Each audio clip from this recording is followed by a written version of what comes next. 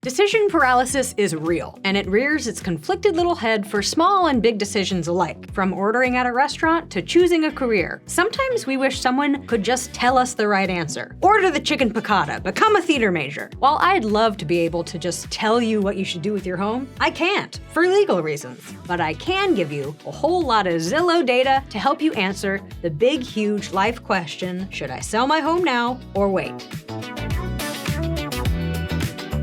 Hi, I'm the very indecisive Delaney, and this is Learn with Zillow.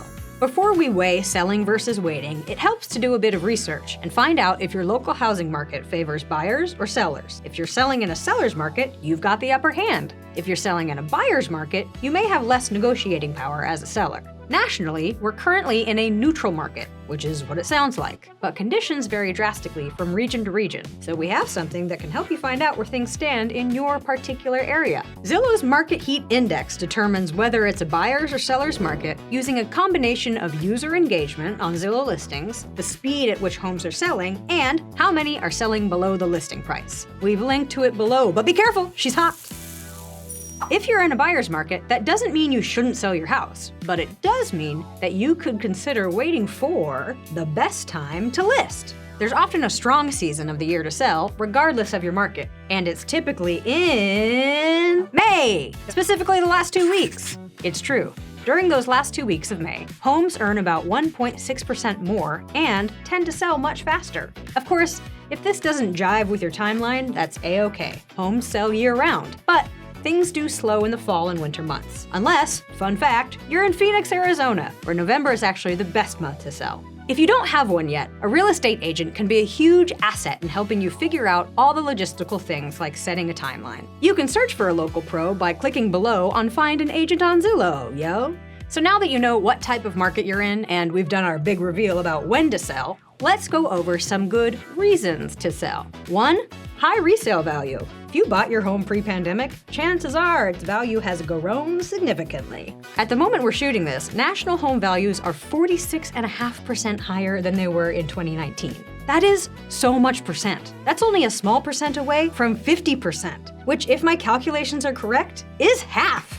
You could have a very big chunk of change on your hands, enough to give you the financial security you need for your next chapter. 2. Home value growth is slowing down.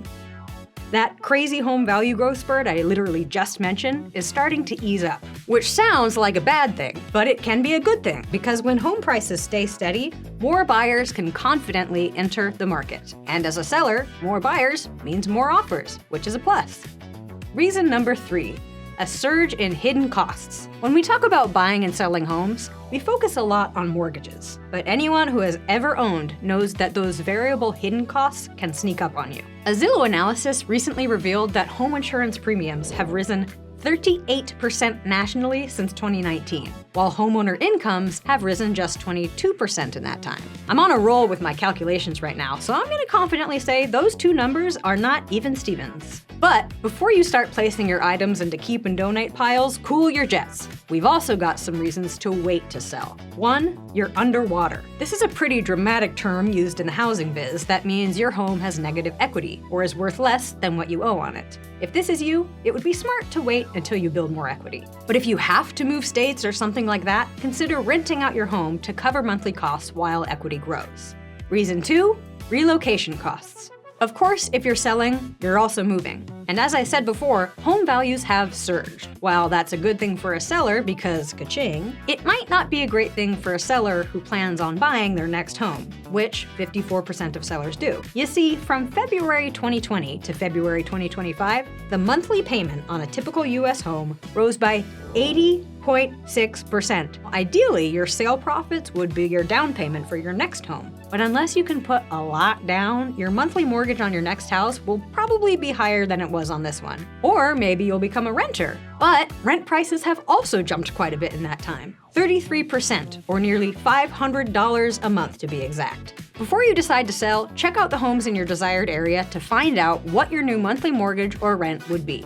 And here's some good news. The buyability tool from Zillow Home Loans will crunch all those numbers for you. 3.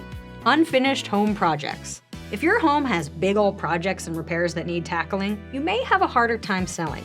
It's best to hold off on selling until you can afford to make those repairs and get your home in tip-top shape. And please, I beg you, hire a professional to do the repairs.